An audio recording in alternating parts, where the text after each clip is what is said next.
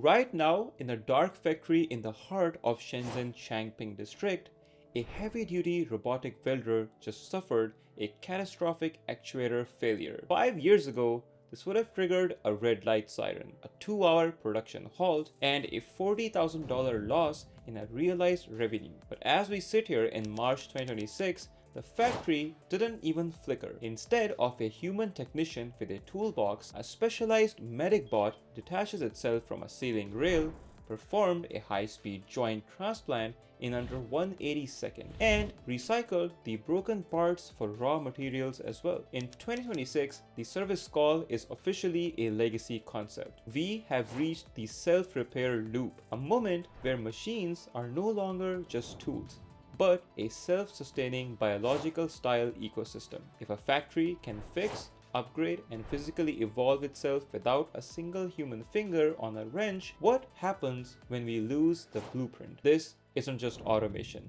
It's the birth of autonomous infrastructure. Hey everyone, welcome back to the South Era Network. This is Tech Talks with Hasnan. Today, we will look at the pulse of the 2026 industrial stack. For the last decade, the holy grail of manufacturing was predictive maintenance. We used sensors to guess when a bearing might fail. But in today's world, predictive is considered slow. The fundamental problem with the old way was the human bottleneck. You could have all the data in the world, but you still needed to find a human who wasn't on a lunch break, who had the right certification, and who didn't drop a screw into the gearbox. In the high-velocity economy of the modern world, we simply cannot afford the human variable in the repair loop. This shift was driven by the silicon ceiling. As we tried to make chips faster, they got hotter and more fragile. As we made factories faster, the mechanical stress on hardware reached a breaking point. We realized that we couldn't build a perfect machine that never breaks. So we did what nature does. We built machines that know how to heal. Now, let's discuss the anatomy of the medic bot, the plug and pulse standard.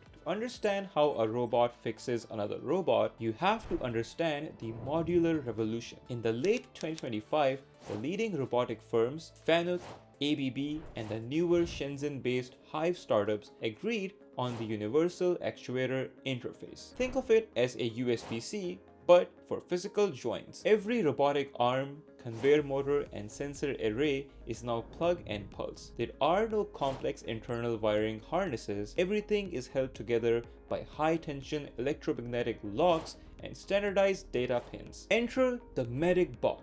These aren't the bulky humanoids you see in PR videos. They are Leggett meta-machines, multi-limbed, spider-like unit that moved with terrifying speed across factory floors, kind of like the Terminator or the Transformers. These bots are covered in a multi-layered synthetic skin developed at Nebraska and Zurich. It uses liquid metal droplets embedded in an elastomer. When the skin is punctured, the metal merges to pinpoint the damage and generates localized heat to scar and reseal the wound. Then there's tactile intuition. Using the 2026 Force Vision models, these bots don't just see a bolt, they feel the torque. They can detect a microscopic fracture in a gear just by the vibration it sends through their sensors. There's also the hive-mind sync. When a repair begins, the patient bot and the medic bot sync their internal clocks via a local 6G network. They become a single coordinated unit. The patient bot slows its processor to prevent static interference, while the medic bot performs what looks like high-speed robotic surgery. Now let's discuss the generative hardware, the alien evolution. This is the part of 2026 that feels like science fiction. We are no longer just replacing broken parts with identical spares. We are using generative hardware loops. If a specific bracket in a Tesla Giga line keeps failing because of a unique harmonic vibration in that specific building, the factory's supervisor agent doesn't just order the same bracket again. That would be a waste.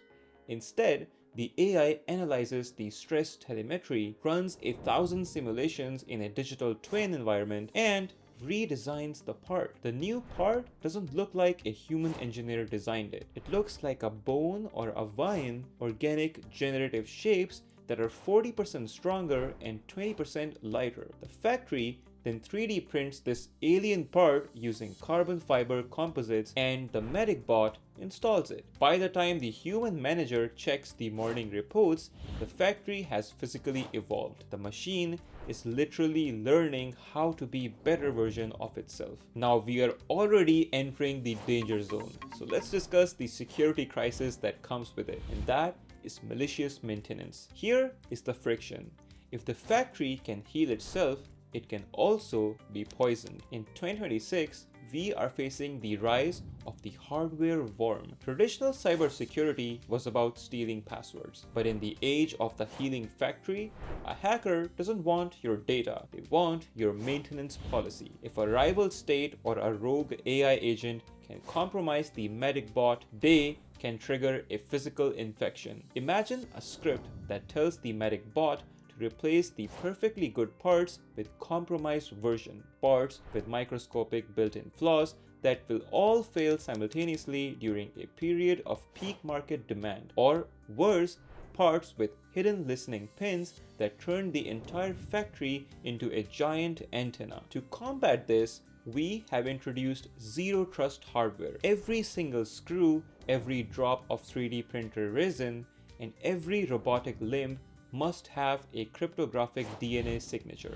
Before a medic bot is allowed to click a part into place, it has to verify that part's entire chain of custody on a private blockchain. If the signature doesn't match, the factory locks down. We are treating hardware with the same paranoia we used to reserve for top secret code. Now let's discuss about the conductor economy, the human flip. What happens to the 400 million people globally whose jobs involved fixing things? We are seeing a labor change. The mechanic is gone and the systems conductor has arrived. Today, you don't go to trade school to learn how to turn a wrench. You go to learn how to manage multi-agent logic. Your job is to oversee the high-level policy of the factory. When the generative AI suggests a new, weirdly shaped part, the human conductor is the one who performs the ethics and safety check. Is this new design safe for the human inspectors who still walk the floor? Does it comply with the 2026 environmental circular economy laws? These are the things that the humans will still have to check. We are moving from blue collar to new collar. Your value is no longer in your hands, it's in your intuition. When the robots get stuck in a logic loop, when two medic bots are arguing over which one gets to fix a motor, the human conductor steps in as the ultimate tiebreaker. The real takeaway of 2026 is that the machine is dead. The organism has taken its place. By teaching robots how to fix each other, we haven't just made factories more efficient, we've given them resilience. We are now building sovereign infrastructure. Factories in the deep ocean, on the lunar surface, or in the middle of the Saharan green belt that can survive for decades without a human ever stepping foot inside. We are no longer building tools, we are planting the seeds of a technological species that can take care of itself. The next question for the next decade isn't can we build it?